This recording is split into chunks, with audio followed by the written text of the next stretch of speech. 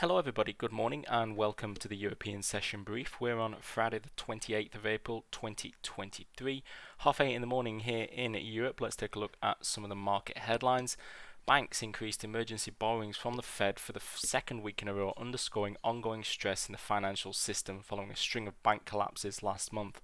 The US Central Bank had $155.2 billion of loans outstanding to financial institutions through two backstop lending facilities in the week through April 26. This is this week, and that's compared with $143.9 billion the previous week. Bank stocks have come under renewed pressure this week after deposit outflows from First Republic Bank saw its shares plunged to record lows. In the UK government has signalled it will break its pledge to carry out a bonfire of legislation dating from Britain's membership of the EU. Business and Trade Secretary Badenoch told a private meeting of Eurosceptic Conservative MPs yesterday, that was on Monday, that it would not be possible to remove around 4,000 laws by that deadline. Prime Minister Sunak has repeatedly promised that he would review or remove all EU laws from the British statute book by year end. Instead, Badenoch suggested the government would focus on removing a smaller number, estimated at around 800. The BOJ, the Bank of Japan, meeting today, they scrapped its guidance on future interest rate levels and called for a long-term review of its policies while keeping its main stimulus measures unchanged. I'm just going to open the dollar-yen chart to see what kind of reaction we had in the market to this. Let me find dollar-yen. The central bank maintained its rock-bottom interest rate and asset purchase settings. At the end of the two-day gathering today, you can see that where this news came out, we saw that initial spike higher. Admittedly, not by too much. I mean, we were trading 134, so we've gone up 130 points in the day, and we've now hit one of my overhead levels at 135.30. I think we're at. The bank actually adjusted the wording for its forward guidance, ditching its reference to COVID-19 and its expectation that interest rates will stay at current or lower levels. The phrase indicating a clear easing bias has been a fixture in policy statements since October of 2019, so that's just led to some weakness in the yen, and you can see here we are trading high and we're into that 135.30 handle, which we have seen plenty of price interaction both from coming under and from coming from above. So this looks like a key level for me for the rest of the trading session. Is there enough momentum to push through there, get us into the 136s and above? Just wanted to go through that dollar yen because that has been one of the main news events from the day so far. Let's have a look at Europe. European stocks are on track to open relatively flat. You got the FTSE, which is pointing to the downside, DAX, which is pointing to the upside very, very slightly. I mentioned yesterday in this brief that this level at 15,735 was absolutely key for that session ahead, and also Deutsche Bank's earnings could play a part in sentiment in Germany, and it was a positive earnings from Deutsche. They posted better than expected EPS and profits, and the DAX moved higher. It wasn't just down to Deutsche, but like I said, it just helped, that banking sector, which has been under pressure in the US, but then we had positive earnings out of Deutsche, which had been under pressure, remember, in this period here when we were seeing moves lower. So then it just helped with that technical level as well at 15,735. So it was a really nice trade to the upside there in the end.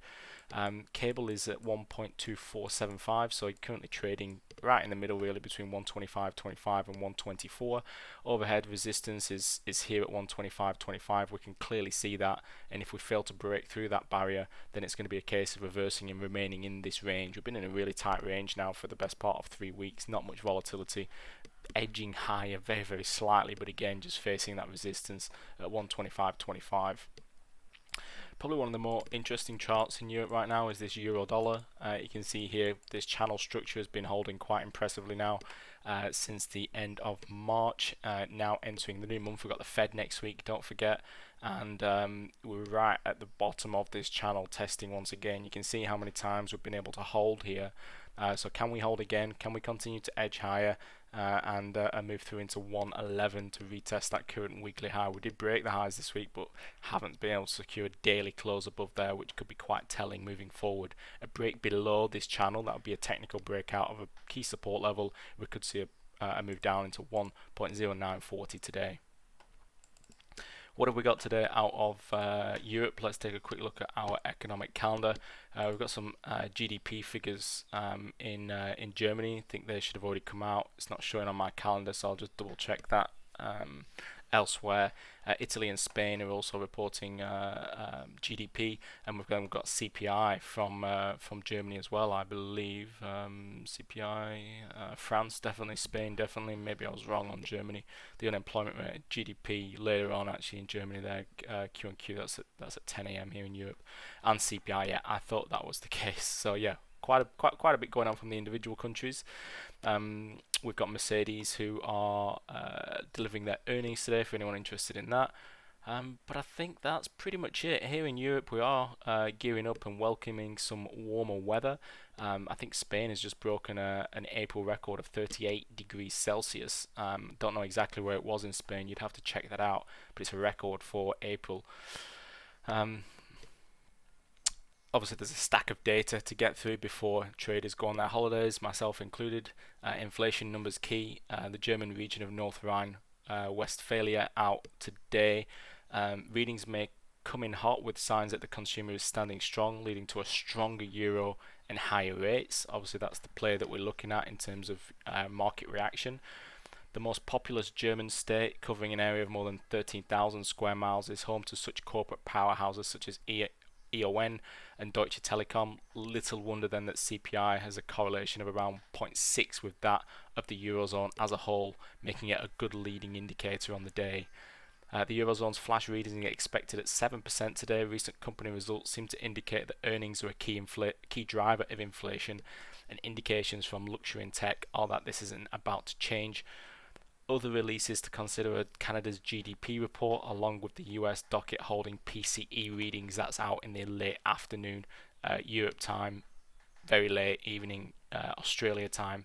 But PCE, Fed's favorite inflation gauge, got Chicago PMIs and also revised University of Michigan consumer sentiment readings. So there's a decent flurry of data there.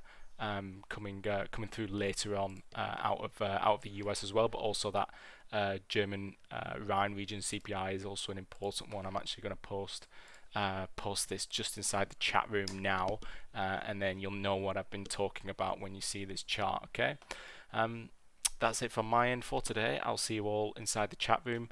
If you tune in for the crypto brief, see you then. Otherwise, have a great weekend. Bye for now.